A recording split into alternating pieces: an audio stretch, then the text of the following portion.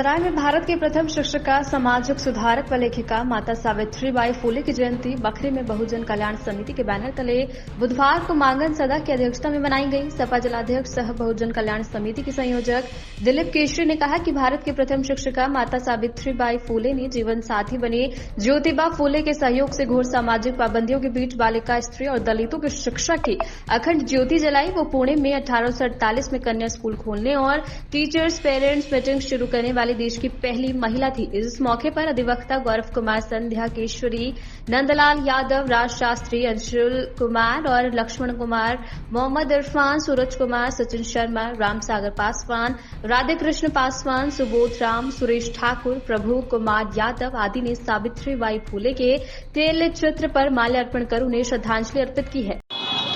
आज सर भारत की प्रथम महिला शिक्षिका सावित्रीबाई फूले का जन्मदिन मनाया गया आप लोग के द्वारा। आज हम ऐसी महिला का हम जन्मदिन मनाने जा रहे हैं जिनका जन्म महाराष्ट्र के पुणे में 1831 ईस्वी को हुआ था। आज से 192 साल पहले सावित्रीबाई फूले का जन्म हुआ और उनकी कम आयु में 9.5 साल की उम्र में उनकी शादी ज्योतिबा फूले के साथ हुआ था।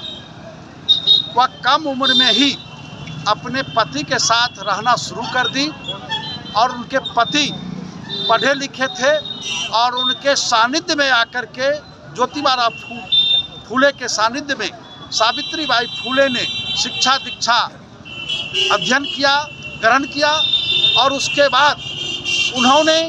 महाराष्ट्र में पहली, क्योंकि उस समय महिलाओं को पढ़ने का अधिकार नहीं था, चाहे वह किसी भी जाति धर्म की महिला क्यों ना हो, उसको पढ़ने का अधिकार नहीं था। सबसे पहले इन्होंने एक विद्यालय खोलने का काम किया और उस विद्यालय से उन्होंने महिलाओं को, बच्चों को जागृत करने का काम किया और उनके साथ सवर्ण समाज के लोगों ने जब गलत तरीके से व्यवहार करने लगा तो वह अपने साथ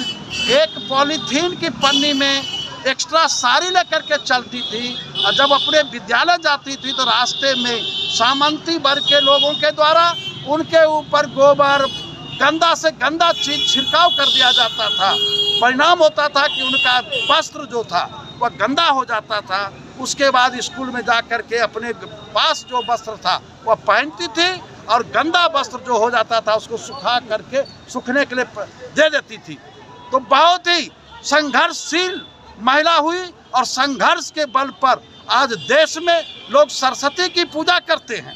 सरस्वती की पूजा के माध्यम से लोग कहता है कि ये विद्या की अर्धांगिनी है, विद्या की देवी है। लेकिन आधुनिक भारत में सबसे पहले सावित्रीबाई फूले, सावित्री देवी जो शिक्षा की देवी कहलाई है। इसलिए मैं वैसी महान महिला को, महान इस देश की आदि शक्ति को हम जन्मदिन के अवसर पर इस अम्बेडकर चौक बखरी में सारे